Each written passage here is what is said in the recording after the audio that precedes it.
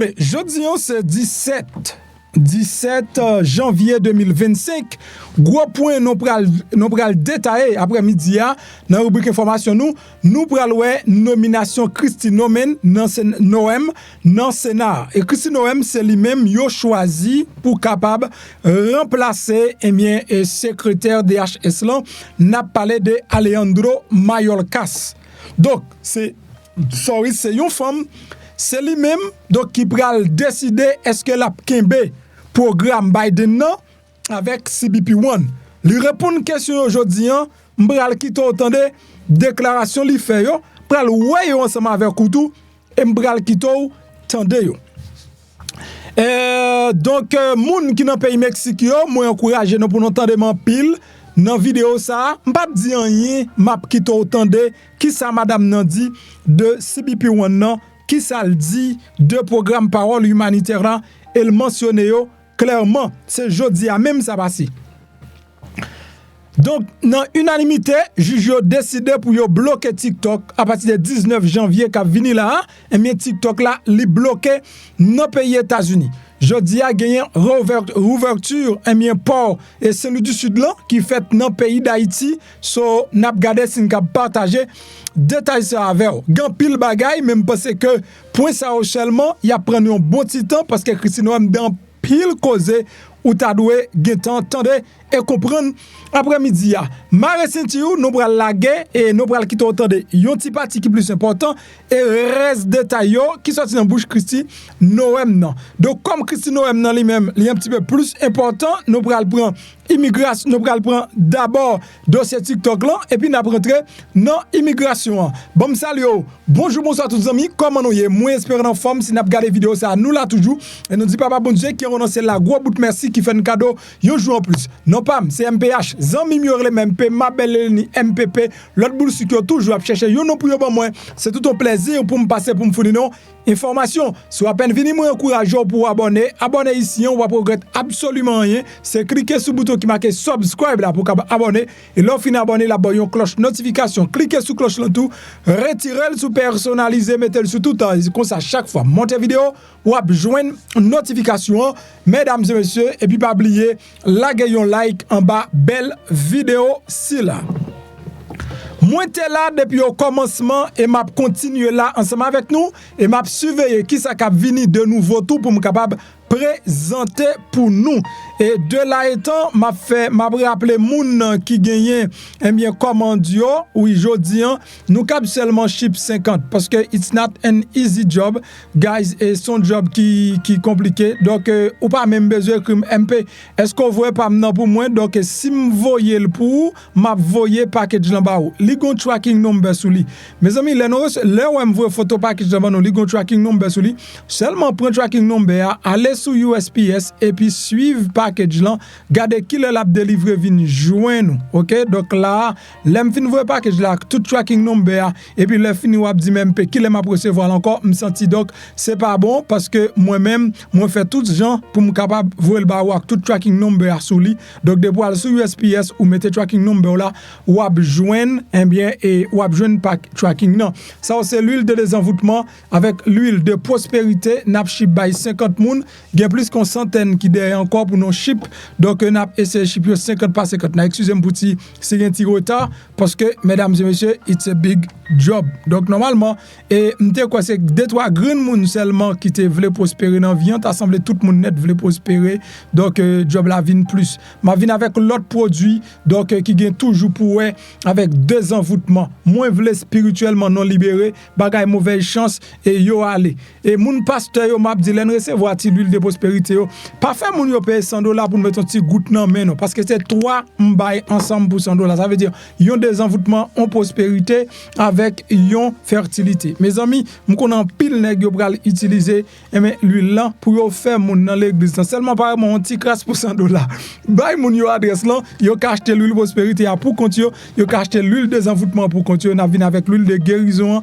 n'a vinn avec l'huile bien prophète Isaïe prophète Élisée n'a vinn ensemble avec lui tout et nous gagnons plusieurs autres produits. Donc, nous travaillons et même avec compagnie ici là qui fait exactement produit ça yo. Donc pour nous venir ensemble avec yo. Il y a l'autre bagaille qui venir donc nous mettre temps mesdames et messieurs. Donc ou même pour patience si pour la pour venir bien sûr la venir. On nous rentre droite non et bien non information nous pour après midi.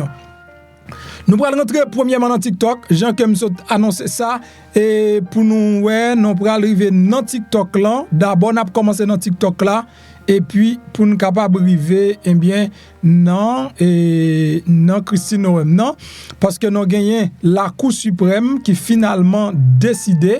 Donc, il y a annonce le matin, il y a dit, eh bien, après-midi, jeudi, là, il y a pour prendre une décision pour dire qui ça, il y a pensé de TikTok. Mais finalement, mesdames et messieurs, donc, nouvelle là, libelle est bien tombée. TikTok, quasiment, te dit, l'été là, et selon décision qui prend gen ti chance de m'pral dou élément chance qui gagne yo mais la décision est prise donc n'importe l'autre décision qui pral prend contre décision ça non pour c'est une décision qui contre les États-Unis selon Jean li prend parce que c'est pas un juge qui prend décision ni un parti politique qui prend décision c'est l'unanimité li prend.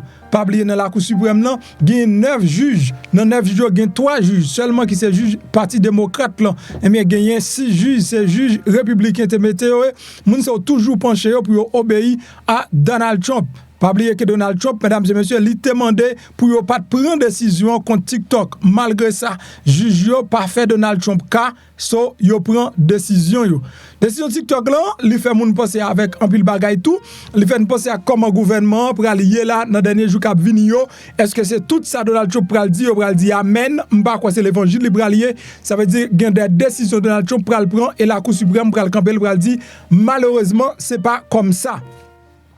On dirait que la Cour suprême campait en 4-4-2. Non façon camper c'est pour gagner, c'est la justice qui pour gagner, c'est pas un parti politique. D'après Jean-Moué Bagala lui-même lié là, mesdames et messieurs. On a allé, regarde le détail. La mise à jour, donc mise à jour en direct. La Cour suprême soutient loi qui exigeait TikTok donc soit vendu ou bien interdit. Décision ça, les vini une semaine après que juge yo te tendé contestation premier amendement et avec une loi donc qui visait plateforme et TikTok là pour yo vendre. Une plateforme côté 170 millions américains à utiliser. Donc, qui ça cause rien, c'est-à-dire, il y a deux bagailles là. Donc, moun TikTok yo, équipe TikTok là, yo paraît avec un argument. Argument ça dans deuxième amendement donc dans premier amendement donc constitution qui bail moun yo droit pour yo capable exprimer yo librement normalement puisque gen 170 millions américains qui utilisent TikTok là normalement yo pas ta doué interdit. Yo pas ta doué interdit. Et bien mesdames et messieurs, yo te doué juge, yo te doué balancer entre en liberté d'expression pour peuple américain avec sécurité peuple américain qui ça qui plus important. Donc c'est de là étant juge réalisé que menace TikTok représentée pour peuple américain et pour pays États-Unis, li beaucoup plus grand que ça peuple après le perdu si yo quitter application fonctionner. Donc m'a bien parlé là, vidéo ça mérite un like. La Cour suprême statué Jodi vendredi en contre TikTok, li voye jeter donc contestation premier amendement et société média social là contre loi qui interdit effectivement aux États-Unis à partir de dimanche cap vini là. Nous connaît lundi cap vini Donald Trump a là et bien dimanche un jour avant, il a demandé pour interdire TikTok. Ça veut dire qui ça? Ça veut dire à partir de dimanche ou pas ta doit jouer une possibilité pour ta installer TikTok si vous respectez le Jean loi dit là, si Jean TikTok dit là, ça veut dire dimanche là vini pas une possibilité pour rien sous TikTok. La décision unanime, donc, li capable porter un coup fatal à opération américaine, application qui est extrêmement populaire, qui propose des vidéos de courte durée qui ont une source majeure de formation et de divertissement, donc, pour des dizaines de millions américains en particulier les plus jeunes. Et il ne fait aucun doute que TikTok lui offre à plus que 170 millions d'Américains un moyen pour exprimer distinctement et puis pour étendre moyen pour communiquer. Un moyen engagement, une source de communauté et d'après sa décision indiquée. Mais, attendez, donc il ne fait aucun doute, d'après ça, Jodi, il ne fait aucun doute que TikTok baille à plus que 170 millions d'Américains un moyen pour exprimer distinctif et étendu. Un moyen d'engagement et une source de communauté, d'après sa décision déclarée. Mais, Congrès a déterminé que la session était nécessaire pour répondre à préoccupation sécurité nationale qui bien fondée concernant pratique de collecte de données de TikTok et relation avec un adversaire étranger. Président Joe Biden lui signé une loi et dans le printemps dernier après adoption par Congrès avec un large soutien bipartisan. Le législateur déclare que propriété de l'application constitue un risque car surveillance exercée par le gouvernement chinois sur entreprises privées permet de récupérer des informations sensibles sur tout Américain et puis et diffuser des informations donc de propagande secrète. Puisque le gouvernement chinois a une grande prise sur société privée, donc il est capable de demander société privée bon nous donner tout le monde qui est américain mais qui utilise l'application là. Donc, il ne peut pas refuser Bali et donner ça parce que ce n'est pas la démocratie qui est en Chine. Bien que avocat TikTok yo déclaré par juge semaine dernière que l'application l'étape disparaît si toutefois yo perdu procès. Nous pas connaît exactement à quelle vitesse fermeture ça capable de produire. Au minimum, opérateurs boutique applications comme Apple avec Google, yo exposé pour prendre de grandes sanctions si toutefois yo même yo ta quitté l'application, li continue moun k'ap télécharger. Boutique application yo ak fournisseur de cloud yo, donc yo gain des intérêts pour conformer à interdiction TikTok en vertu de la loi, Entreprise yo ta doit payer des pénalités qui capable aller jusqu'à $5,000 par utilisateur qui a accédé à l'application aux États-Unis si toutefois interdiction li rentrer en vigueur. Décision littéralement dans un délai exceptionnel très court. Juge yo t'étendé argument au vendredi dernier et une majorité entre eux te semblé satisfait de position gouvernement. Selon position gouvernement, loi te visé donc droit expression TikTok mais plutôt propriété. Et propriété. Nouvel Jean-Francisco, avocat de Jean-Francisco qui c'est avocat TikTok, il pas contesté risque sécurité mais il te fait valoir que le gouvernement capable remédier problème non par l'autre moyen plutôt de ordonner effectivement application disparaître là. Donc mais ça le dit. Il dit que donc ça veut dire TikTok pas écarté possibilité que donc information non données américain data peuple américain capable et mis en revenant mais gouvernement chinois. Donc là il dit risque là lui-même il pas épargné, c'est ça avocat a fait qu'on est mais il dit que gouvernement est capable chercher l'autre moyen pour résoudre problème non. Qui ça nous doit connaître administration Joe Biden a déclaré que donc dossier ça lui-même li pas mettre en vigueur, ça veut dire amen décision pas rentrer en vigueur avec Joe Biden, l'a quitté décision ça by Donald Trump. Donc c'est Donald Trump qui a décidé l'elvini est-ce que l'a mettre loi en vigueur ou bien est-ce que le pas mettre en vigueur. Donc comme Donald Trump lui jouait en pile pour TikTok ta font tirer toujours balle plus temps jusqu'à ce que le jeune monde qui vend ni là son tête frette mais faut que moi dis non que la justice américaine li bel et bien mais mettez TikTok hors donc de l'utilisation non pays États-Unis non dernier moment m'a parlé ensemble avec nous là mais à ne pas oublier même si Donald Trump lui prend décision pour dire non élargir cadre là by TikTok possibilité pour TikTok capable de vendre tête li ou du moins font changement quelconque donc dans cas ça la pour un petit temps pas pour longtemps. That's why que make sure nous-mêmes qui sur TikTok, nous déjà bien assuré nous que nous sur YouTube parce que une application ou capable plus arranger là c'est YouTube parce que YouTube tout également il y a des shorts qu'on capable utiliser si vous voulez faire vidéo longue sur YouTube ou capable faire des shorts. Donc nous comprenons que jouet nous pas voir lion, nous pas voir cabrit, nous pas voir bœuf, nous pas voir poule, nous pas voir petit chapeau, nous pas voir gant, mais n'a distrait nous quand même sur YouTube là. Bon, et ça c'est décision TikTok là, lui-même, mesdames et messieurs. Pas oublier me dire nous, m'a coupé coûte, maintenant ma coûte, une bagay qui plus intéressé Jodi, c'est immigration parce que Jodi c'était vraiment jour frontière là. OK? Je dis à son gros jour lié, c'est jour frontière là, c'est jour pour entendre Christine Noem, pour entendre qui ça madame nan, li pral fait dans dossier Cbpone. Alors moi-même MPH cap cherche pour qui doit joindre pour me porter ba ou, moi getan gagné déclaration là, ti arrangement yo, côté Christine Noem, lui-même li parler mesdames et messieurs, and then li pas négliger mentionner clair et net programme Biden non, li pas négliger mentionner Cbpone non. Donc nous-mêmes et brancher les oreilles nous pour nous capter comment madame non lui-même l'était parlé. So pour nous bien comprendre et ça me dit dans partie ça, je pense que faut me faire un petit tourner puis on regarde là, bien que j'apprécie cela et j'ai largement dépensé mon temps. Il y avait très peu d'exigences volontaires dans le programme de subvention à part celle-ci, blablabla.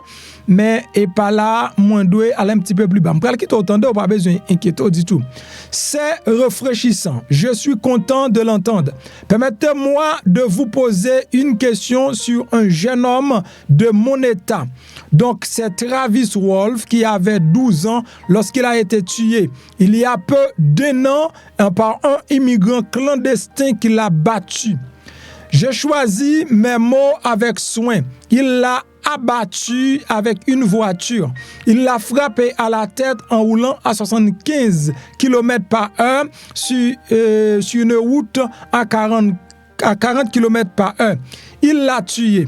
D'autres ont été gravement blessés. Hier encore, un témoin assis où vous êtes, assis toujours aujourd'hui, à ce comité que la criminalité liée aux migrants n'est pas, je cite, une préoccupation réelle. Donc là, c'est moi quoi c'est Richard Buntal qui c'est un sénateur américain qui a posé question ça yo et bien avec un Christy Noem. Christy Noem c'est lui-même qui va jouer Wall Mayol Kaslan secrétaire DHS là. Et il te fait connaître donc sénateur t'a fait connaître donc c'est pas selon les secrétaires actuels là un crime que monsieur Sayo yo commet ici n'a parlé de immigrants yo donc c'est pas des crimes, c'est pas de bail qui était normal et qui va être réel. Donc d'après ça il te dit que amène Mayorkas pas de bail et priorité à crime immigrant illégal commettre dans le pays. Qui ça lui-même li penser? Est-ce que la travail pour yo capable mettre en place rester dans le pays Mexique? Programme Donald Trump t'est utilisé qui est rester au Mexique là. Allez-vous travailler donc pour rétablir le programme rester au Mexique qui attend qui a tant fait pour garantir ceux qui cherchent de blablabla. Bon, m'expliquez nous ça le dit. Est-ce que vous prêt pour le travail pour que nous capables mettre donc en place programme qui relève Mexique là. Donc madame nous répond oui, il y a travail pour mettre en place programme qui relève dans Mexique là. Moun yo apprêté dans pays Mexique jusqu'à ce que yo capable ouais dossier yo. Yo te posé la question sur programme Biden non avec programme CHNVA. Nous prenons le temps de un peu de comment madame nan lui-même dit. Yes, Senator, the President and I have talked extensively about this and will 100% partner with him to reinstate the Remain in Mexico policy and make sure that it's in place. Fantastic. I think Travis might be alive today if that policy had been in place. Let me ask you about Cbpone, the phone app that I've called concierge service for illegal immigrants. I'm sure you're familiar with it. This was the Biden administration's effort to allow asylum seekers to apply ahead of time using their phones, but not actually to provide any evidence that they needed asylum. There was a newspaper report, a press report that said the only problem with the app is it never asks users, are you seeking asylum? They don't ask for any asylum evidence. They simply release these so-called asylum seekers who use the app into the country on parole. Sometimes they're never given a hearing. The Inspector General actually did a report, a full investigation report on CBP1, and found that donc toi prends clair dans oreille ou nous même comprendre qui ça frère Abdi. Mais frère Abdi donc li content qu'elle tendait madame nan li pral rétabli programme qui rete dans pays Mexique là m'a rappelé qu'elle dans Sénat Jodi c'est dossier nomination cap réglé il a fait audition pour est-ce qu'il est capable nommer lui. Alors, nous avons sénateur Josh Aoui de Missouri qui a posé madame la question là. Donc, est-ce qu'il a établi le programme retenu dans le Mexique là? Il dit oui, il a établi. Et qu'on y a posé la question sur le dossier CBP1 non. Il dit CBP1 non son application que Joe Biden utilisait pour capable mener immigrants de manière illégale dans le pays. Mais moi, ça me connaît. C'est application CBP1 non, c'est les mêmes gens qui dans le Mexique qui ont utilisé et c'est même les mêmes gens qui dans le programme Biden, dans le programme parole humanitaire là, ils ont utilisé pour rentrer dans le pays. Donc, ça veut dire que si pas de CBP1, pas parler de rien de l'autre programme, donc malheureusement, it's gonna be a bad news. Et donc, c'est ça, sénateur avec frequently, users of this app were claiming une problème qui gagne l'application, c'est que l'application n'a pas demandé de poser aucune question concernant asile politique. Est-ce qu'il y a demandé asile politique? Non. Il n'a pas posé aucune question sur ça. C'est seulement ouvrir route, by moun yo passer et puis pour rentrer dans le pays. Same addresses in the United States as their intended destination, even though they didn't know each other, they weren't family connections. In other words, it has been completely abused. Donc, c'est-à-dire, yo dit que l'application est complètement abusée parce que moun yo utilisé un paquet d'adresses dans le pays États-Unis. Et adresse ça, c'est j'en te connais histoire même déjà m'a expliqué c'est pas traduit pour moun capitaine de anglais ça. Donc dans série d'adresses moun yo utilisé 50 fois et 100 fois, 200 fois pour même adresse là et gain adresse qui ont utilisé pas même aucune relation avec moun non pays les États-Unis. And the idea that the federal government would pay for this kind of concierge service for illegals, I think is outrageous. Will you end the use of the CBP1 app? Yes. OK? Donc là, est-ce que ou ap camper utilisation CBP1 app là, application CBP1 là, et ça fait que moi me dit non moi même m'pa gen bagay m'a vinn parler pour tête moi, mais ça m'a dit pour tendre donc ça dit entendez ça madame n'a répondre. Senator, if confirmed and I have the opportunity to be secretary on day one, CBP1 will be shut down. There's data and information in there that we will preserve so that we can ensure we know who's coming into this country and who's already here that we need to go find, but also we si toutefois yo choisi pour venir secrétaire donc le secrétaire DHS non même jour li rentré à application CBP1 n'a pas éliminé, c'est ça le dit. Make sure that there's another program CHNV which I'm sure you're very familiar with where li gon l'autre programme yo relé CHNV, ça veut dire programme parole humanitaire mon corps très familier avec. The government actually paid to fly people into this country directly. Gouvernement payé pour yo cap mener moun dans pays actuellement from other countries without any vetting or knowing who they are. So there's donc yo mener moun ça aussi on pas fait aucune vérification sur yo. Several of these programs that need to be eliminated and we need to ensure that we're following legal immigration laws. I'm glad you Donc tout programme soit campé parce que nous make sure que yo suivent ça que les lois sur immigration. just mentioned CHNV. This is a mass parole program. Donc bien content ou parler de CHNV parce que c'est un programme mass parole. Of course, as you know, our law allows parole in only very limited circumstances. There Parce que nous connaissons que loi nous yo accepté parole sont série de are two circumstances, and it requires case-by-case evaluation. Et non cas pour nous bailler parole là, li mandé pour nous faire cas par cas, vérification cas par cas. Present administration, soon to be gone, has granted mass parole in direct defiance of the law, not case-by-case evaluation. Donc président pour aller à un mass parole, il pas même vérifier au cas par cas. The CHNV program is one of those instances. Will you put a stop to this abuse of our parole law and our asylum system? Yes, we will go back. Mettez un point dans programme parole là. dans système asile noir, est-ce que ou ap mette point dans programme parole là? Tendez ça madame nan dit. The case-by-case evaluation of these parole cases. Donc, il dit non seulement la mette point la donne, il pral réviser tout le monde qui rentre dans parole yo cas par cas. C'est pas moi qui dis non s'il vous plaît, il pral réviser tout le monde qui rentre dans parole yo cas par cas. L'Éternel a gêté comme ça l'a fait. And ensure that we have more resources if you will partner with us to make sure that our legal immigration system is fully utilized, that we have more judges, more immigration courts so that we can process people legally and make sure that they are going through that process rather than like Joe Biden has done, use this as an excuse to allow people to come into our country with no consequences. Let me ask you about another low light, not a highlight, but a low light of this last administration and DHS. Your predecessor, the current Secretary of DHS, established a disinformation board using... Donc voilà, et moi m'a quitté notre de plus quand même parce que c'est une très belle interview.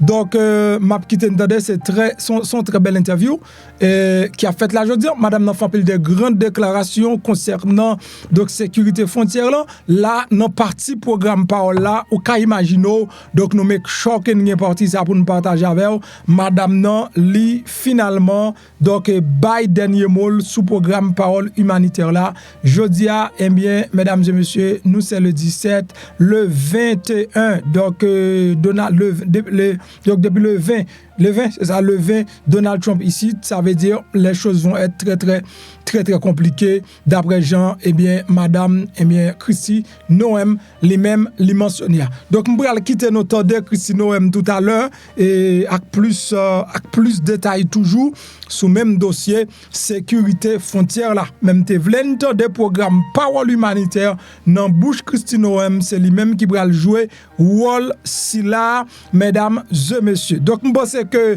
m'a quitté non et m'a font passer bien rapide pour me quitter de Christy Noem donc jodi également c'est ouverture mais pas dans le pays d'Haïti donc nous connaissons des choses très you know donc qui devenir des grandes choses et des bagailles magistrat a doit faire comprendre ça me là donc normalement on pas cap ouvrir c'est bagaille pour magistrat là Kazek qui a règle à faire ouvrir pour yo but dans le pays d'Haïti obligé gain tout gouvernement qui pour aller dans dossier ouvrir pour donc c'est quand même son pas en avant nous pas capable encourager eh bien et ça qu'a fait là c'est petit pays donc nous comporter dans petit pays nous montrer ce type petit mess que nous y est donc des petits bail tout banal nous obligé prendre tout pays nous parti pour aller là-dedans so moi c'est que demain si je veux m'a bail plus de détails sur ça mesdames et messieurs comme dossier immigration son dossier qui ont dossier tête chargée que lié son dossier fragile. Donc non mais nous et n'a continuer donc attendez comment Christy Noem lui-même il t'a répondre question non congrès. Donc conclusion et après ça gain pour avec toute pile bagaille déportation tout pour parler là mais on bagaille vle connaît clair que madame nan clair lui-même nomination pour qu'on fait c'est audition qu'a fait pour est-ce que yo doit nommer lui donc y a nommé et si toutefois mais république est très content avec pour nommer lui. Donc, une fois que vous finissez d'entendre, pas gagné quand empêcher nommer. Donc, est-ce que c'est tout démocrate qui pas ta voter?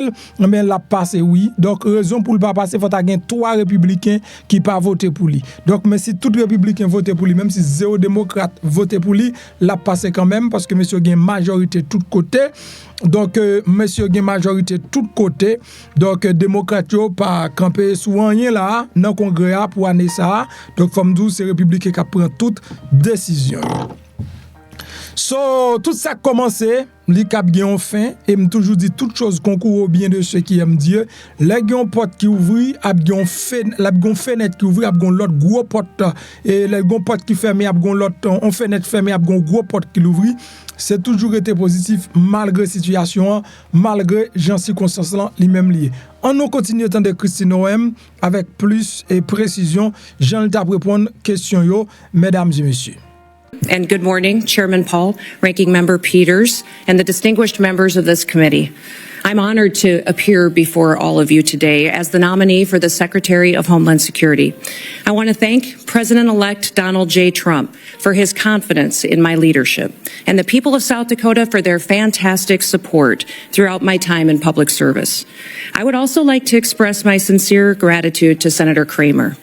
He has been an invaluable resource to me throughout this process and given me much wisdom as well as insight into the thoughts and the procedures of the Senate and this body. And I'd also like to express my gratitude to Senator Thune, the majority leader of this esteemed body. He's been an advisor to me for many years as well as a friend, and I'm so grateful for the generous support of these two men and their willingness to be here this morning to speak on my behalf and to introduce me to this committee. Now, I'm a wife and a mother and a grandmother, a farmer, rancher, business person. I've served in our state legislature, in Congress for 8 years, and also a governor. I've spent my entire life in rural America.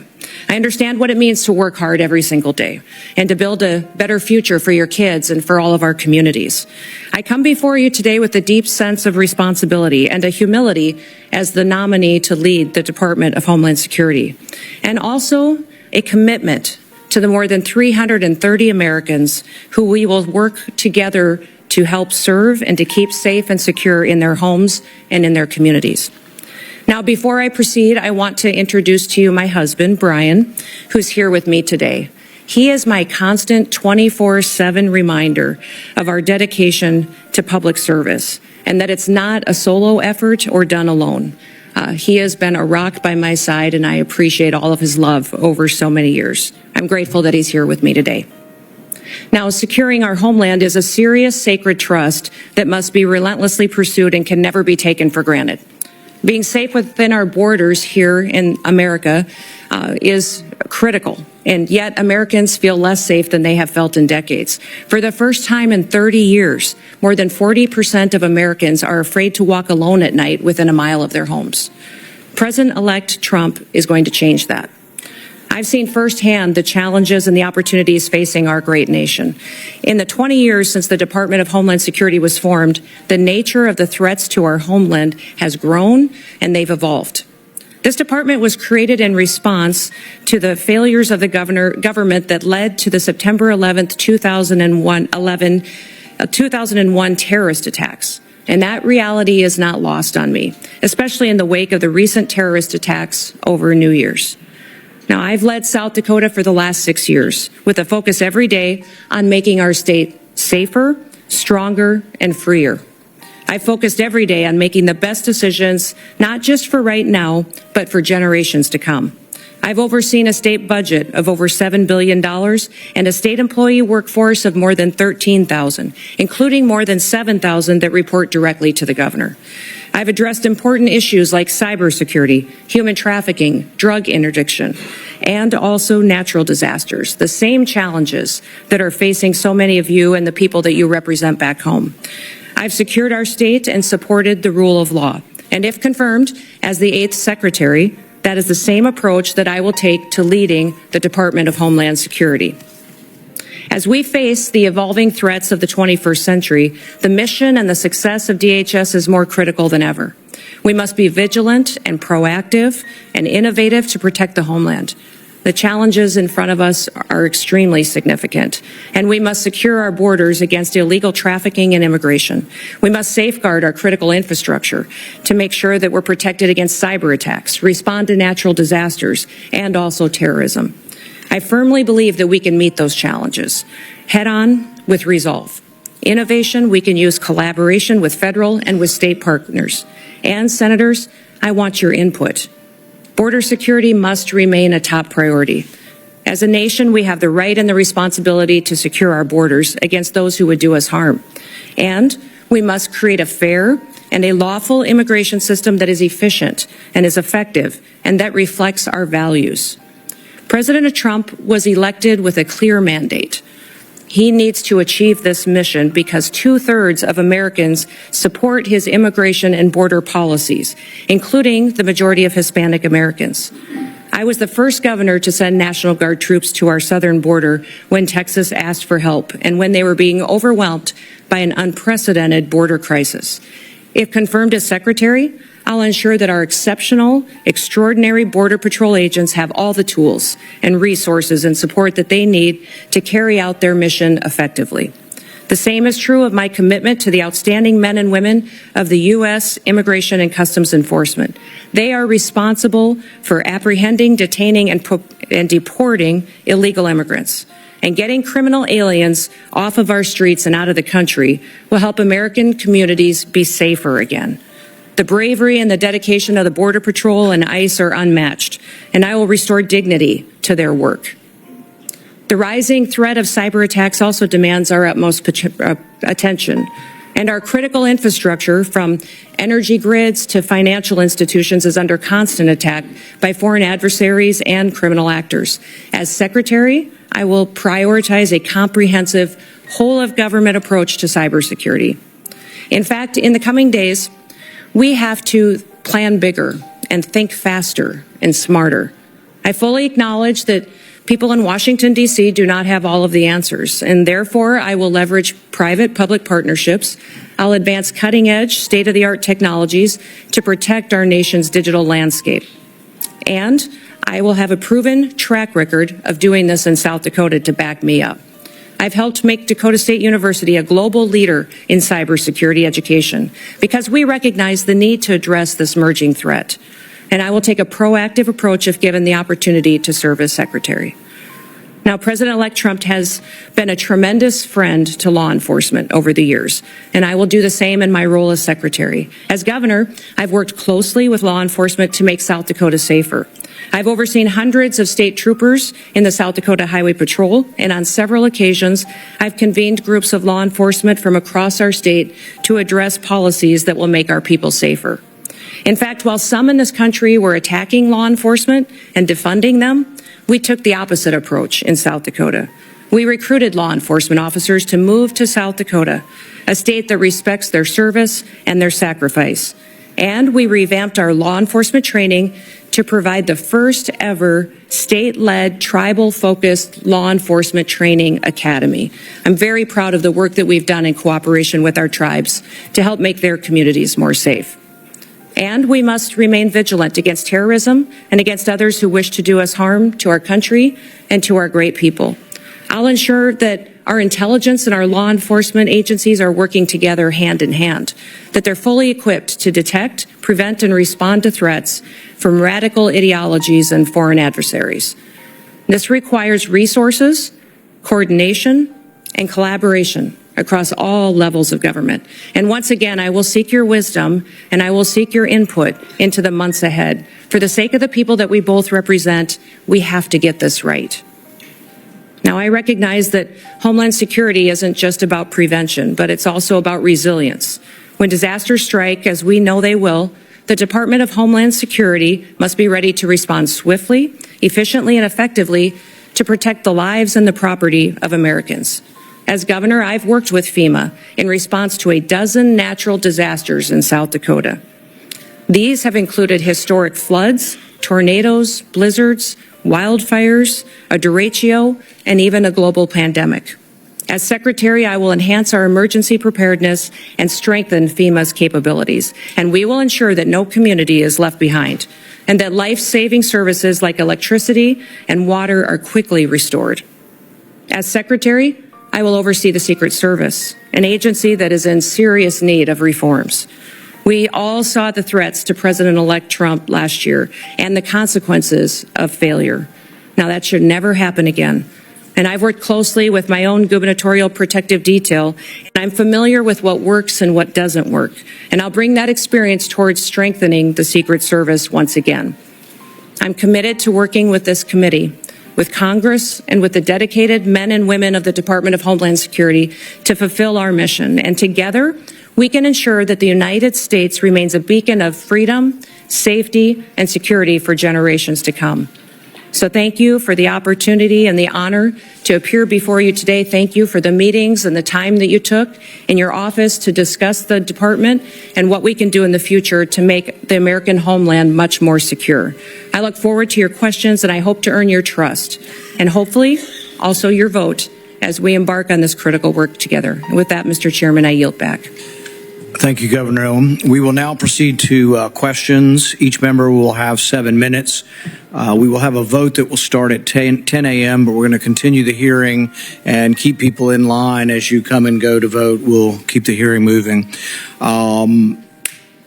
I want to be clear from the outset that we will not tolerate any disruptions. The Capitol Police have been asked to escort anyone immediately from the room if they disrupt the hearing.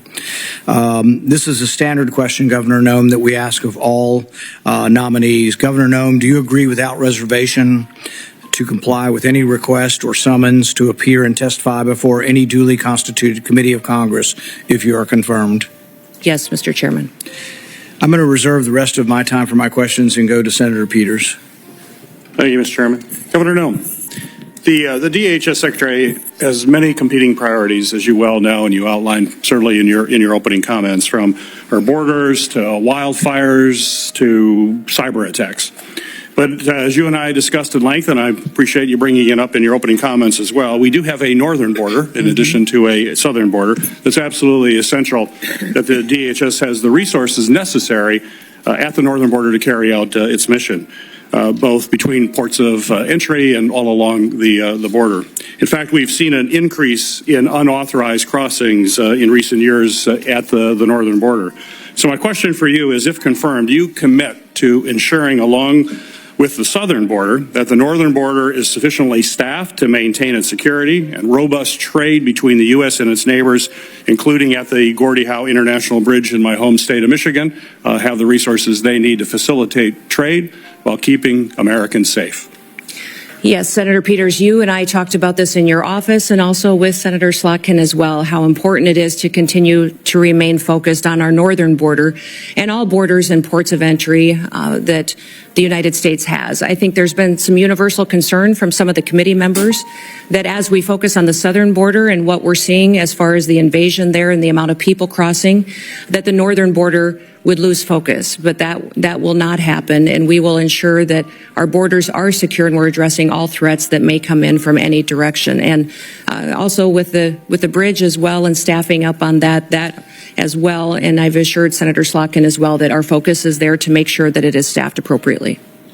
Very good. And as we discussed, the department is diligently working to stand up the Northern Border Mission Center at Selfridge Air National Guard Base in Michigan, following the authorization and funding that I was able to secure in the last Congress. This center is critical to supporting the department's northern border security missions and addressing evolving threats. So quick question, if confirmed, do you commit to working with me to fully build out the Northern Border Mission Center? Yes, Senator, we will look forward, and I look forward to working with you to ensure that is a priority and that it's adequately resourced, and working with Congress and senators to make sure that we have what we need to make sure that mission for that base is fully fulfilled. Great, thank you. On New Year's, we witnessed 2 incidents that reminded us that terrorism and extremism remain serious threats to all Americans. Both DHS and the FBI have consistently said that the most persistent threat to the homeland is from U.S.-based individuals or small groups radicalized by a variety of ideologies, from white supremacy to ISIS to Al-Qaeda. We must certainly continue to focus on people who are radicalized here in the United States with the intent of terrorizing our communities. So my question for you, ma'am, is how do you plan to address this threat of U.S.-based terrorists? Senator, this is a grave concern for our country, as we all agree that the #1 threat to our homeland security is the southern border. In fact, since Joe Biden has been president, we've seen 382 individuals that have come over that border that are on the terrorist watch list. Behind me have the governor of Louisiana with me, and he and his state and people in this country went through a horrific event on New Year's Day, and one that we never want to see repeated again. But this governor behind me is concerned also about an upcoming event, which is the Super Bowl coming shortly, which we need to do all that we can to work together, that he has the reassurance that the federal government, that the Department of Homeland Security is prepared to help him protect that event and to keep people safe while they are there. Those 382 terrorists or known terrorists that have come over our border, we don't know necessarily where they are because of what has been happening under Joe Biden's policies. Now, President Trump obviously won the last election with a clear mandate, and that mandate is for the American people to secure that border, but also we need to focus on domestic terrorism and homegrown terrorism, which you just referenced in your question. Homegrown terrorism is on the rise. We see more and more incidents of people that are U.S. citizens that have become radicalized, and knowing when people are leaving the country and coming back and changes to their behaviors and what their actions are is critically important. So the resources that the Department of Homeland Security has needs to be utilized as far as identifying those threats and being proactive to prevent them, but also protecting civil rights and liberties in that process and making sure that the department is on mission to do what it was called to do, why it was created, and what authorities that Congress and the Senate has given them. My hope is that Governor Landry and his staff and his people and the people that attend the Super Bowl know that the Department of Homeland Security is their partner, is on watch to protect them and to keep that event safe. I hope all Americans know that leadership has consequences. I hope that we can get through and get your support for this nomination and get confirmed quickly so that we can address the threats that we currently face and make sure we don't have any repeats of the day that we saw just starting this year on New Year's Day. In the last 2 years, we have seen increasingly aggressive and expansive cyber attacks against our federal agencies. Just last month, Chinese hackers infiltrated the Department of Treasury and stole potentially thousands of unclassified documents. So given these concerning trends by the PRC to hold our federal networks hostage, do you believe that federal agencies should be required to implement cybersecurity upgrades and maintain the highest cybersecurity standards to protect sensitive or classified data and U.S. citizen information as well? Well, Senator, the mission of CISA, which is the Cybersecurity and Infrastructure Agency, the mission of it is to hunt and harden. It's to find those bad actors and help work with local and state infrastructure, critical infrastructure entities so that they can help them be prepared for such cyber attacks and that they can make sure that they're hardening their systems to protect them in the future, recognizing the vulnerabilities that they have. CISA's gotten far off mission. They're using their resources in ways that was never intended. The misinformation and disinformation that they have stuck their toe into and meddled with should be refocused back onto what their job is, and that is to support critical infrastructure and to help our local and small businesses and critical infrastructure at the state level to have the resources and be prepared for those cyber attacks that they will face. You know, Salt Typhoon was a campaign of espionage by the PRC in China against our telecoms, where large amount of data was stolen and taken, and people's private information was taken as well. And we've also seen China and the PRC go after our critical infrastructure with the Volt Typhoon hack. And that was extremely dangerous because there was no reason for them to do that, just to steal people's data and information. The reason for them to go after that was to control our critical infrastructure, for the ability to see if they could shut down a water plant, a utility company, and that was to cripple our country. So these threats are real. CISA needs to be much more effective, smaller, more nimble, to really fulfill their mission, which is to hunt and to help harden our nation's critical infrastructure. Thank you. Thank you. Thank you. Senator Scott. Governor Nouvel, congratulations on your nomination. Thank you. I think you're going to do a great job. Thank you. I think it's great that you're a governor and you bring that expertise to the table. So I just went through the campaign to get reelected, and it was after the Butler shooting. I'd asked people, I said, at all my events, I say, raise your hand if you think the acting director of the Secret Service is going to tell us what happened. Now, one person. I said, what about Secretary Mayorkas? He's running HHS. What do you think? Or Homeland Security. What do you think? I said, how about Christopher Wray? Head of the FBI? Not one person. Can you just talk about the importance of transparency and accountability in government and how you're going to bring that to the table? Yeah, Senator Scott, thank you for that question, because that's what I have found across the country as well. And I know it's certainly true in my home state of South Dakota, is that people don't trust the federal government. They don't trust our leadership and this current administration that's in the White House right now to tell them the truth about what the threats really are, about our agencies and departments, when there are failures, addressing them and fixing it. The Secret Service is one of those perfect examples. They need leadership that understands why that Secret Service was created and what it needs to do. There's two elements really that the Secret Service is tasked with, and that is protective detail and then also investigations. Yet we see investigators within the Secret Service out there investigating antiquities and other things that are off mission when they should be focused on making sure we're addressing national security events with the protocols that are necessary and protecting the individuals that they're charged with and getting that skill set and training that are necessary. That's been compromised by not having enough people there and being adequately staffed and resourced. But frankly, the leadership hasn't been honest about talking about it. We saw this with the drones over New Jersey as well. The federal government not answering the questions from the public. And when they finally got a straight answer out of President Trump, they felt reassured that somebody recognized that this was something they were questioning and that they deserved answers. My goal and my mission is to build trust.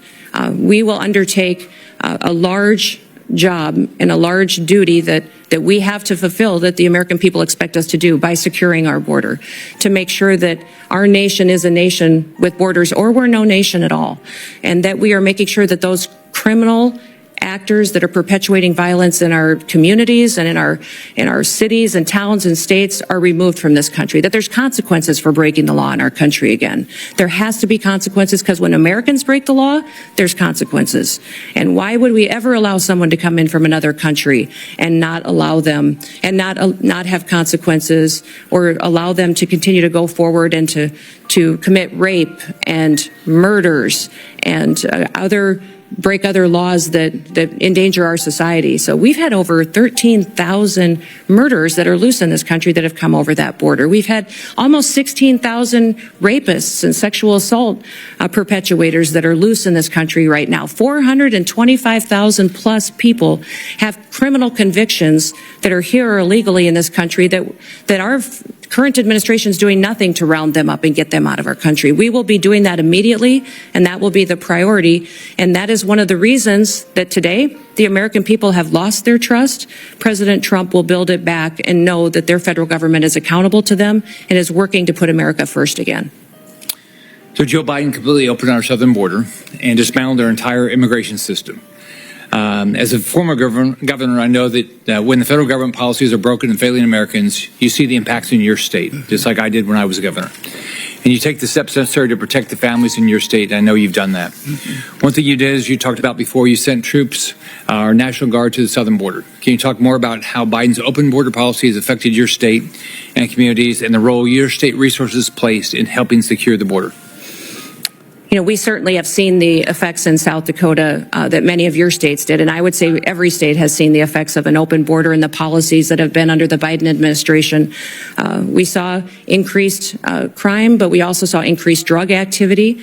We saw cartel and their affiliates moving into our state to proliferate trafficking, and we saw people being victimized and a lack of accountability with the federal government. So when Texas was addressing the situation and asked other governors for help, we sent help. I know many of the other governors at the time were sending law enforcement, but I made the decision that at that time that it was more appropriate to send the National Guard, that our National Guard could be activated under Title 32 and sent to assist another state from the invasion that was happening, and because the National Guard is trained for just such a mission.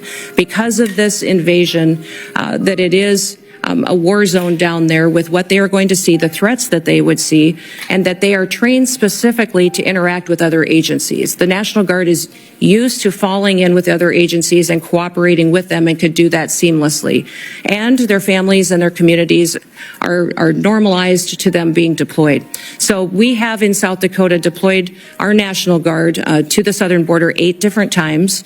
2 of them were federal deployments that the Biden administration sent them down there. One was was to send our Lakota helicopters, which were used for surveillance and the drug interdiction that was going on down there. But 6 other times I sent them under state activation to partner with Texas and other states in securing our southern border. They did security operations. They also did building of the wall and partnered with Texas, recognizing the failures of the federal government. The failures of the federal government are significant, and we've seen our families and communities devastated by those effects, by the drug epidemic, by the trafficking that's going on, the increased crime. And we recognize that just because the federal government wasn't doing their job, we could not fail our state. And I needed to protect the people of South Dakota, and the people of South Dakota were overwhelmingly supportive of these deployments and very proud of our National Guard. When I was governor of Florida, there was a terrorist attack in Paris by Syrian refugees. So President Obama was president, and I said, I'd like to know if you're going to send refugees to my state, that you give us some background on them. You know, I assume you vetted them and tell us what's going on. You have to tell me, but you ought to tell our state law enforcement and our local law enforcement.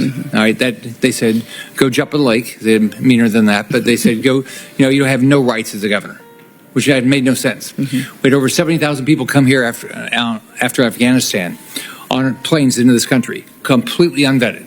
All right, they've never given our governors any information. So would you change that? Yes, the communication between states and the federal government has been absolutely broken. And that's what I love about this committee is you do have governors sitting on this committee that have been in that role as a commander-in-chief and have the responsibility for being the CEOs of their state. It's a different perspective than serving. I served in Congress too, and both are extremely important, and they're just different in that responsibility that weighs on your shoulder. I often told folks that that is the thing that most times, if something was going to keep me up at night, it was the responsibility that I had being commander-in-chief, recognizing the decisions that I made. And I'm sure you had this feeling as well, Senator Scott, as governor, that impacted those families, those soldiers, and it impacted their communities when we pulled them out, and the importance of that. And when they were bringing refugees into the country, I as well communicated that to the federal government. They were bringing refugees, and I asked how they were vetted, how we were working with their home countries to find out who they really were, what their intentions were, and why they were coming to the United States, and received no information from this administration that vetting process was being done, that we knew where they're going. In fact, they kept us in the dark and didn't communicate to us even what states and where those refugees were being placed. So that is something that we need to change. When we have programs that fall under the purview of the Department of Homeland Security, there needs to be communication, especially with the governors, so that we can coordinate to ensure that it's the right thing for that state. Thank you. Senator Hassan. Thank you, Mr. Chair, and welcome, Governor Noem. Really appreciate you being here. Welcome to your family as well. Thank you. And families do share in this kind of public service, and we appreciate them very much. As we discussed at our meeting last month, as a former governor, I appreciate the important responsibilities that governors have to ensure the safety and security of their communities, including by managing public safety and in emergency agencies. And I will say that in many ways I agree with some of the things that Senator Scott just said about improving communication between the Department of Homeland Security and governors around who is being sent to states. It's a critical issue and something that I was frustrated by when I was governor. So I look forward to hearing more today about your priorities, if confirmed, about how your experience as governor would help you run the Department of Homeland Security. Let me just start by following up with a question that Senator Peters had also touched on. We have recently in New Hampshire seen a dramatic increase in unauthorized border crossings at the northern border. And when I was at the northern border recently, law enforcement told me about the need for more personnel and resources. We still don't have cell phone coverage in a lot of the stretch of our northern border. I've worked with Senator Kramer on bipartisan legislation to strengthen our northern border strategy because it's clear more support is needed. So, Governor, if you're confirmed, would you deploy additional full-time personnel and upgrade equipment along the northern border? You know, Senator, I enjoyed our meeting that we had and you identifying the northern border issues that are going on, the lack of security and the lack of technologies that you really need to cover some of the landscapes that are there. Very different than the southern border, some just as equally challenging, but all need to be addressed. So I definitely will be working with you to ensure that our northern border is adequately resourced as well. And we do have to have the resources in order to be successful. Right. That's something I want to work with Congress, with the Senate and the House on to ensure that the resources are there to meet the challenges that we have. We have not fully utilized the technologies that are available that are necessary to really secure this country and to compete with those bad actors which wish to infiltrate our country.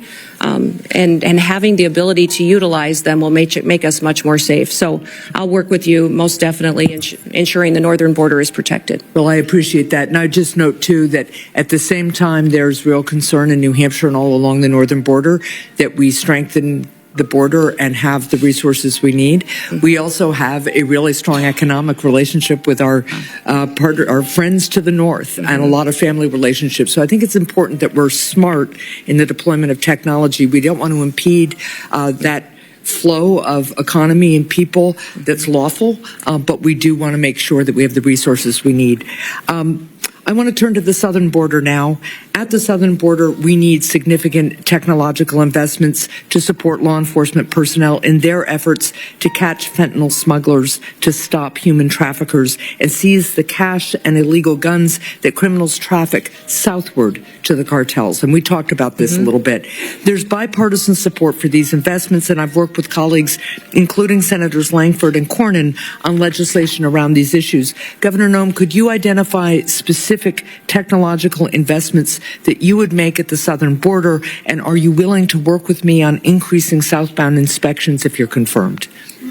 Yes, certainly, Senator. You've heard President Trump talk about the need to build a wall, and the wall and infrastructure is critically important, but also at our 382 legal ports of entry, we need to have technologies so that flow can happen north and south, and it can happen in a legal manner to ensure that our commerce can continue to operate and that we can continue to make sure that we're also secure.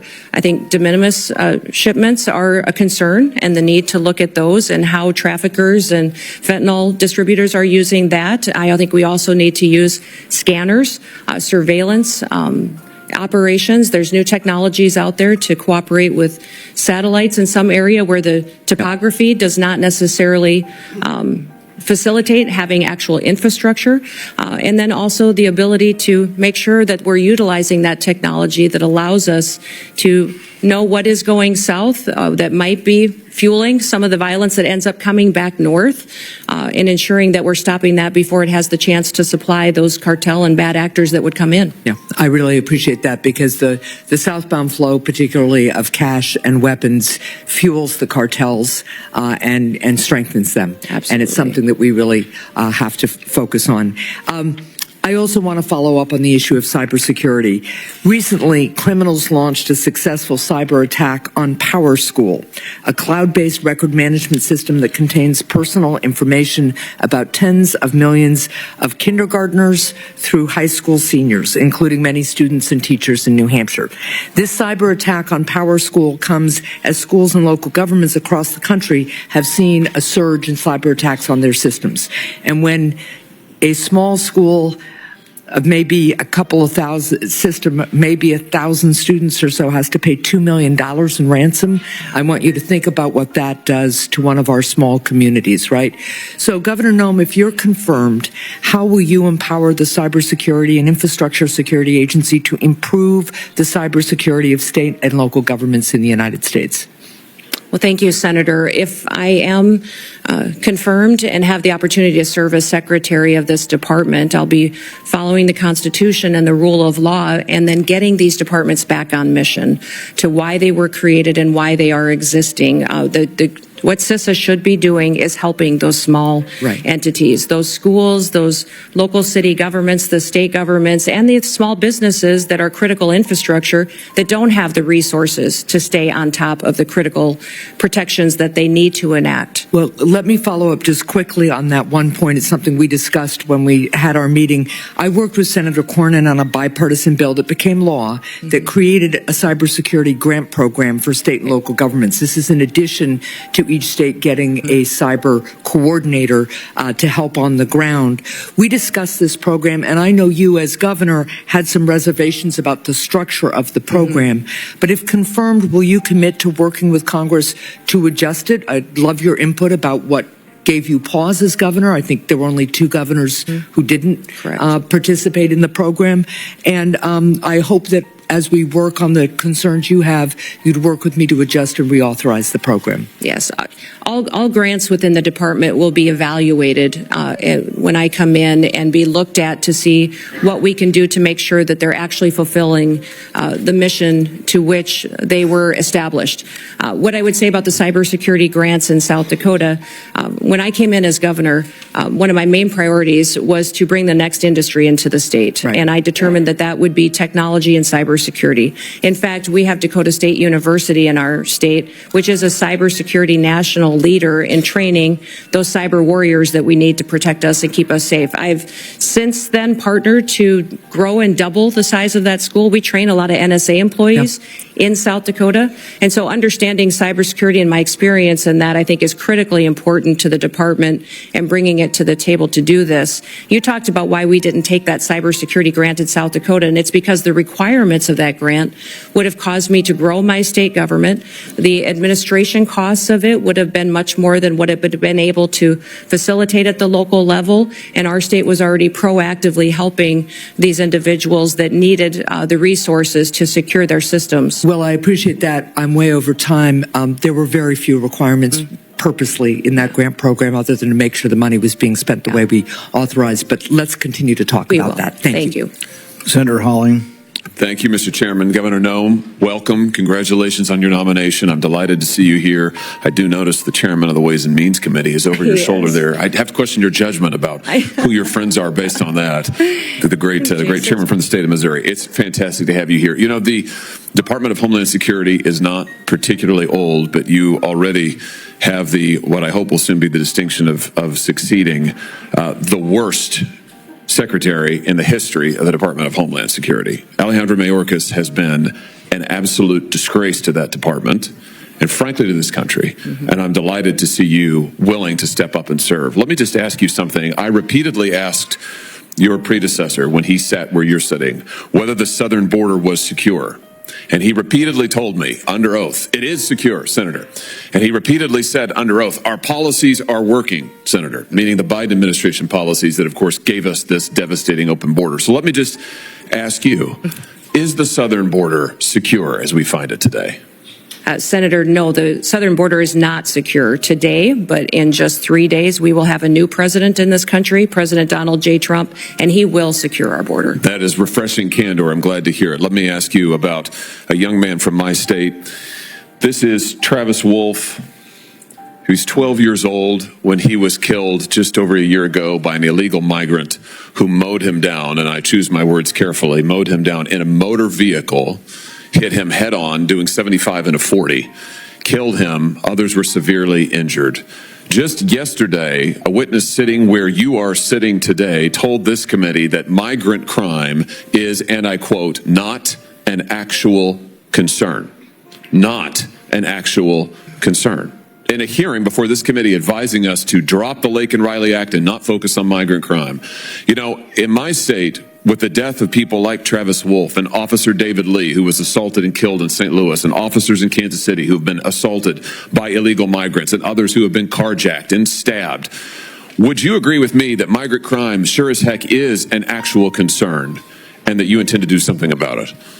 Yes, Senator, absolutely. And I am so sorry about Travis and my prayers go out to his family. I can't even imagine what that is like. And thank you for telling his story, because there's so many families in this country that have that same story.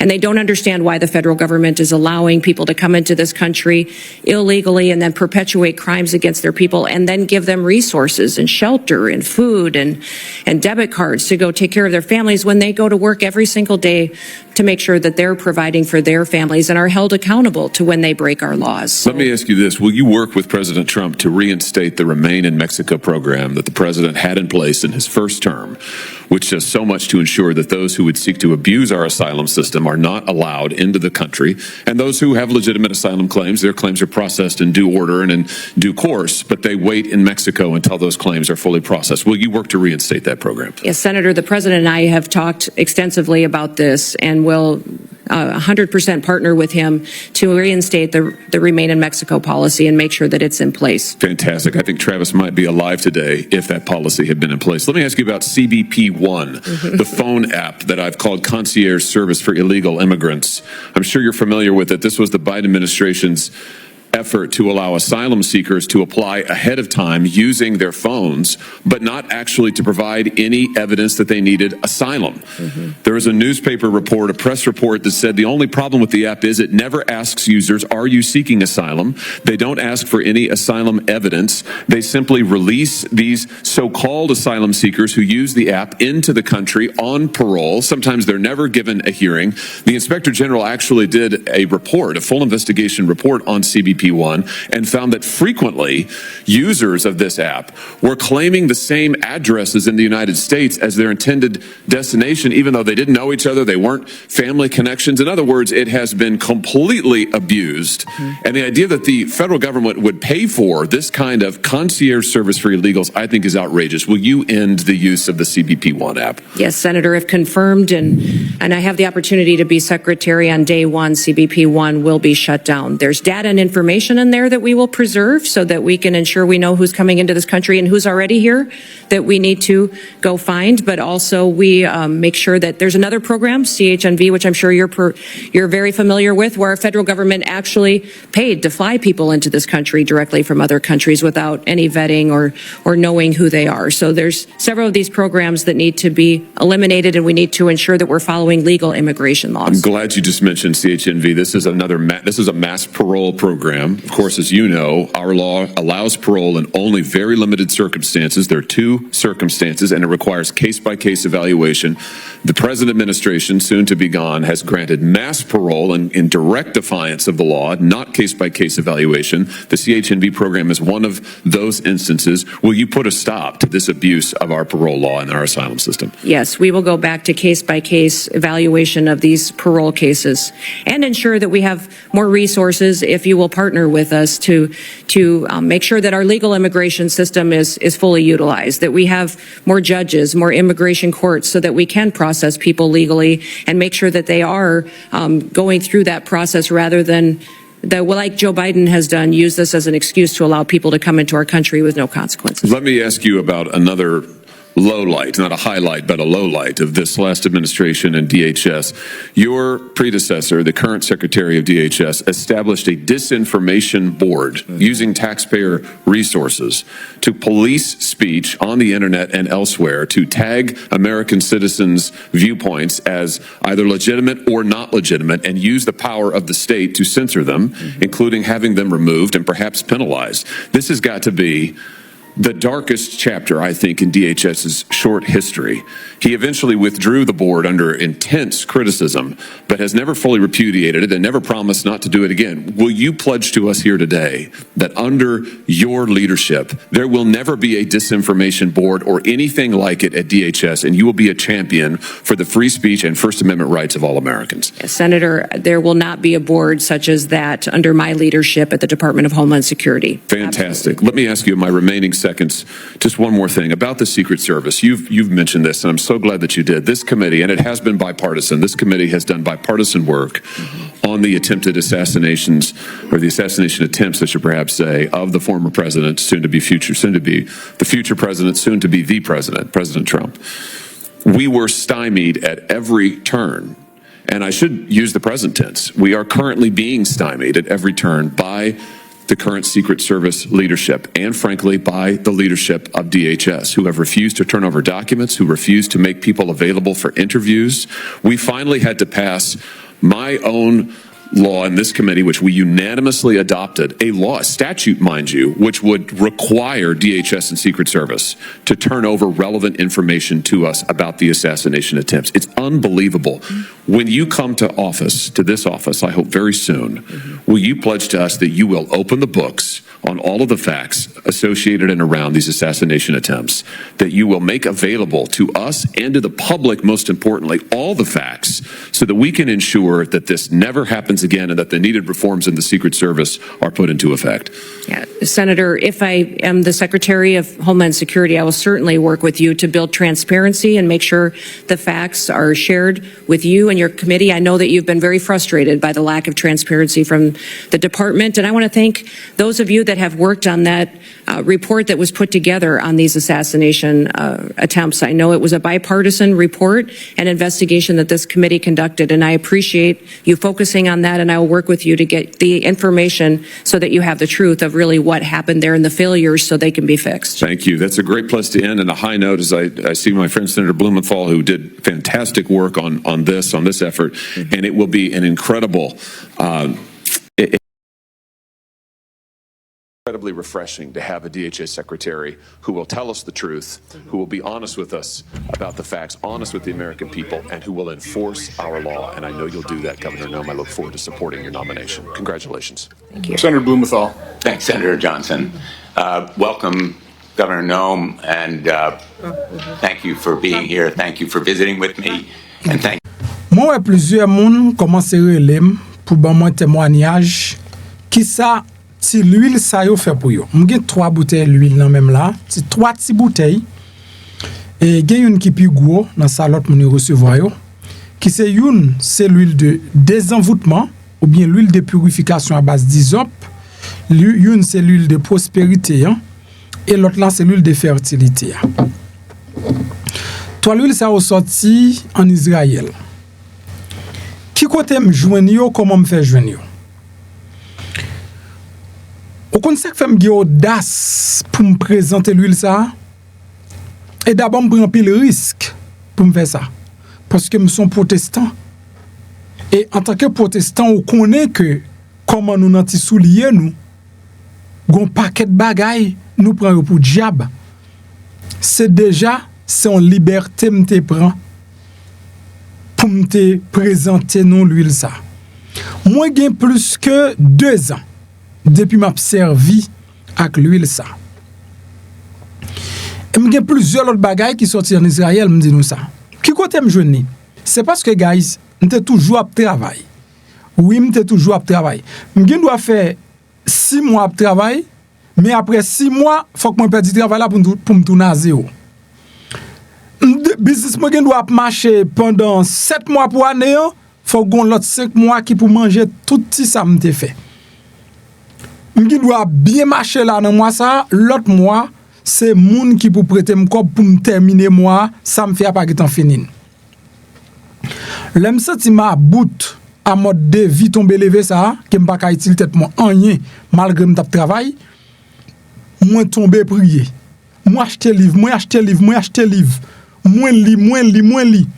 Bon, comme moi pas grand rien pour me faire encore, moi tomber dans préparer ministère. Moi al fait un jeune pendant 21 jours.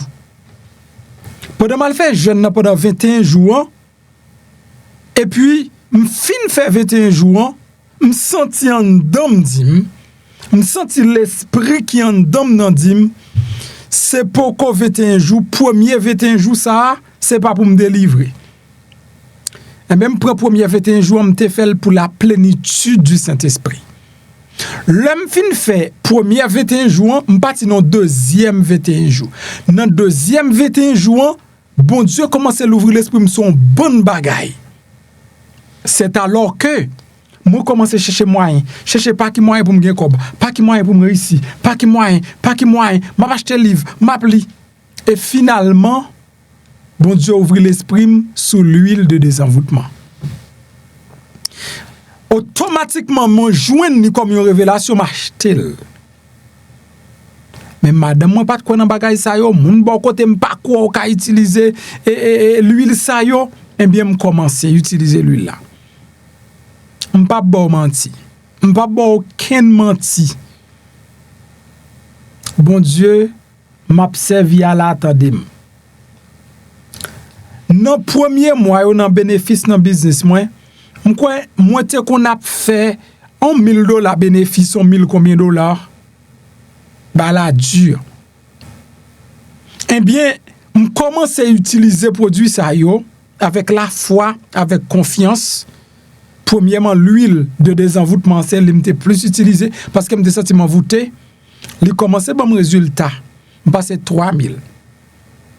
Je viens monter à 10,000. Jusqu'à ce que bon Dieu pète plafond avec moi. Sous rendement sous business moi. Le moins résultat pas moi dis pas peur même si on parle mal ou critiquer business pas m'pi bien pas ça. Ou protestant pareil moi ou dit m'pa ka servir la l'huile de désenvoûtement. Bon m'pi bien pas ça. Pendant même ou son protestant qui dit que ou pas violer loi yo. Mais l'huile de désenvoûtement ou dit pas pour chrétien même pi bien pas ça. Kay moins payer avant, bill moins payer avant. M'pa nan ferme. Et me senti conscience moi style clair. Moi dit m'a prend risque. M'a dit ou s'ouvre, ou senti ou à bout ak misère, ou à bout tout, ou senti ou envoûté, gon bagay qui bloque l'esprit ou use yo. Moi m'prend exactement dans ligne spirituelle là parce que me songe dans Somme 51 et David a dit laver avec l'hysope. L'aime joindre l'huile salma que c'est à hysope yo fait me dit m'prendre. L'aime fin prend prospérité à m'use li tout. Après prospérité, je commence à use fidèle et je commence à use mes sacré fertilité. Prospérité ali même c'est quoi BMB avec chaque jour m'oblige c'est quoi chaque jour m'gon bouteille parce que depuis le fini, il pas dans biome, il pas dans machine moi, sous descendre dans machine on va m'gon bouteille. Dans biome on va m'gon bouteille. Là caïman on va m'gon bouteille parce que côté m'passé, m'gen ti prospérité ma avec. M'pas bon menti m'prospérer. Oui, me prospérer. Il pas bon seulement pour moun délivrer économiquement, mais socialement, spirituellement. Ou senti l'esprit pour faire, mais ou pas qu'à penser, ou pas qu'à réfléchir. Tout ça, ou ba des résultats. C'est ça que fait me dire, m'a prend un risque là. Et depuis, bon Dieu, bon, mon révélation pour me faire un bagage, me fait. M'pas ta vendre l'huile de désenvoûtement. M't'a conseillé moun. Le moi ou pas qu'on côté pour yo joindre ni. Et ben me dit moun yo voyez yo pour moi pas stock. Et puis yo voyez yo. Et puis l'autre monde qui commence à use yo commence à bam de très bons résultats, bon témoignage. Soit utiliser l'huile de désenvoûtement et prospérité, fertilité et la bon résultat tout plus vont voice pour moi parce que moi j'ai un ami qui dit là, il pas capable utiliser comme tout, pas capable comme tout. Et automatiquement il commence à utiliser l'huile là, Jodi al geta commencer construire kaili. M'a quitté nos temps de voix ça et puis son témoignage m'te voulait partager avec vous. M'pa force. Si vous voulez prendre toi ou utiliser email ça. Ou elle marque zel 2 points après blastcreole@gmail.com. C'est à zel avec lui pour faire zel. L'offre fait zel là, ça veut dire dans place. L'offre fait zel là, on font zel normal. Et dans place pour ta mettre numéro de téléphone, on mettez email là qui c'est blastcreole@gmail.com. Et puis téléphone ça en bas les direct et les WhatsApp. Ou carré les direct et pour qu'avon WhatsApp pour dire mes screenshot zel moyen, mes adresse moi complet, voyez le pour moi. L'offre fin commence à servir avec elle ou à bon résultat. M'a vont voice complet pour me dire mes comment tout pour servir avec l'huile de prospérité et l'huile de désenvoûtement. Je voulais partager cette expérience ça avec vous pour qu'on ait que c'est pas un fab, c'est pas un show, c'est pas juste un business, mais un résultat derrière produit ça. Alors pas qu'on ça fait un résultat, pas qu'on ça fait ça, mais moi je n'en pile résultat. Merci beaucoup.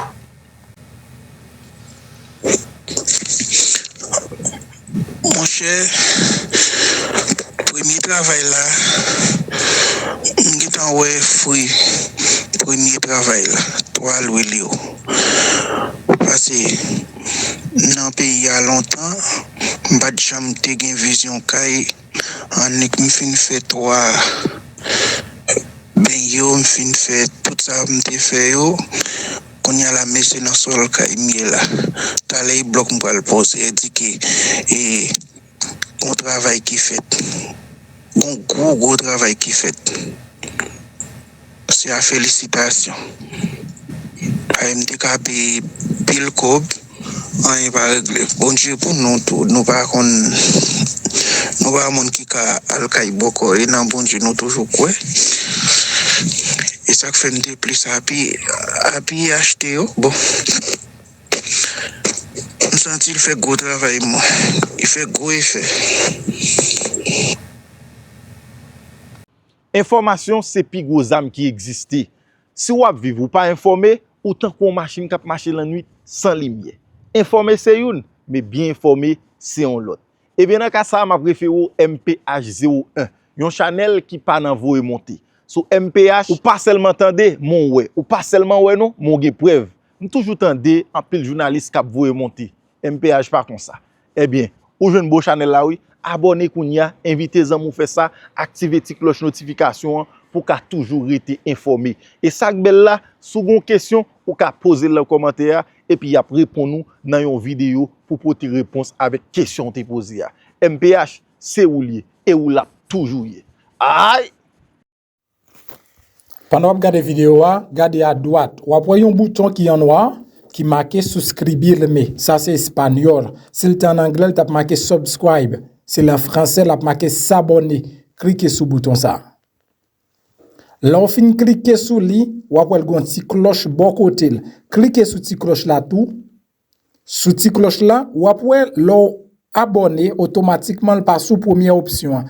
Ou après flèche là sous deuxième option. Retirez flèche là sous deuxième option, mettez-le sous première option que c'est tout. Ça veut dire chaque fois monter une vidéo, ou joindre une notification. Et puis pas oublier, là gon like en bas vidéo ça.